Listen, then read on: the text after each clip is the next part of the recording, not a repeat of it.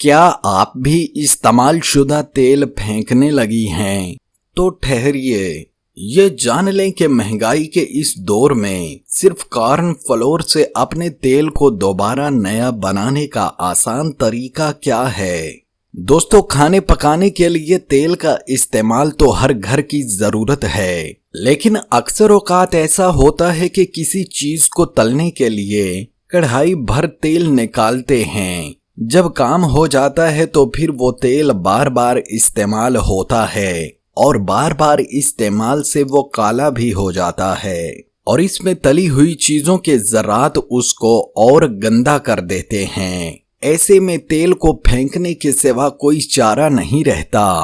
مہنگائی کے اس دور میں چیزوں کا ضیاع، خاص طور پر تیل جو کہ اچھا خاصا مہنگا ہے، ہمارے لیے اس کو پھینکنا بہت مشکل کام ہوتا ہے۔ اسی لیے ہم آپ کے لیے تیل کو دوبارہ نیا بنانے کے لیے ایک بہت آسان اور شاندار ٹپ لے کر حاضر ہوئے ہیں، جس سے آپ چند منٹوں میں ہی اپنے تیل کو بالکل صاف اور نقصان دہ اجزاء سے پاک کر سکتی ہیں۔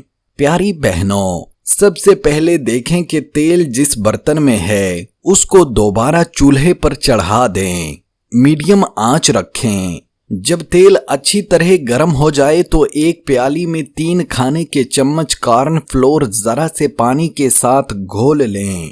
اب گرم ہوتے تیل میں ہاتھ نیچے کر کے آہستگی سے یہ گھلا ہوا کارن فلور ڈال دیں تاکہ چھینٹے نہ اڑیں۔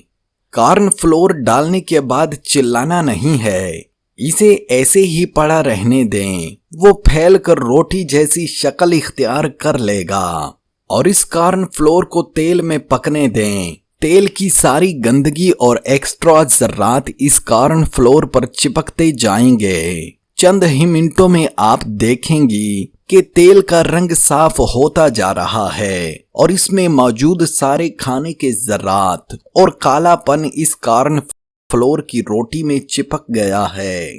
اب اس روٹی کو آہستگی سے کسی چمچے یا چمٹے وغیرہ کی مدد سے باہر نکال لیں۔ آپ کا تیل بالکل نئے جیسا صاف ہو چکا ہے۔ اس میں سے تمام نقصان دہ اجزاء اور ذرات اس کارن فلور نے جذب کر لیے ہیں۔ لیجئے، صرف کارن فلور کے استعمال سے آپ کا تیل دوبارہ استعمال کے قابل ہو گیا ہے۔